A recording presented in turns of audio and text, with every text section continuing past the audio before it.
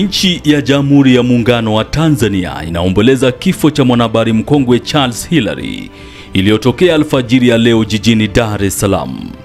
Kwa mujibu wa familia ya Hilary, mauti imemkuta kiwanjiani akipelekwa hospitali ya Muhimbili tawi la Mloganzila. Marehemu Charles Hilary amekuwa na historia ndefu katika tasnia ya uandishi wa habari. Ametumikia vituo mbalimbali vikiwemo TBC, BBC na DW idhaa ya Kiswahili. Aliwahi kuwa mtumishi andamizi wa Azam Media Limited kati ya mwaka wa 2015-2023. Hadi kifo chake, Charles Hilary alikuwa mkurugenzi wa idara ya mawasiliano Ikulu Zanzibar na msemaji mkuu wa serikali ya mapinduzi Zanzibari. Mola ailaze roho yake mahali pema peponi. Amina.